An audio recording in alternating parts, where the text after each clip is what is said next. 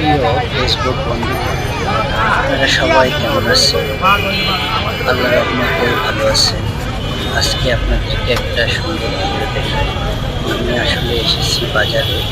বাজার করতে করতে আপনার মনে করলাম যে একটা ভিডিও করে আপনাদেরকে দেখাই যে মাছের বাজারে এসেছি।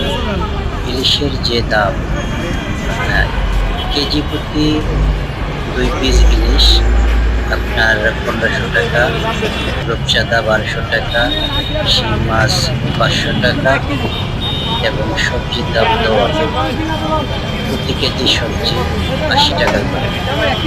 তো এত পরিমাণে যে শাকসবজির দাম আসলে কল্পনা করা যায় না।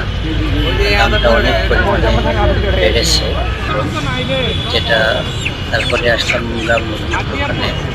মুরগি আমরা দাম করে দেখি যে মুরগির অনেক দাম।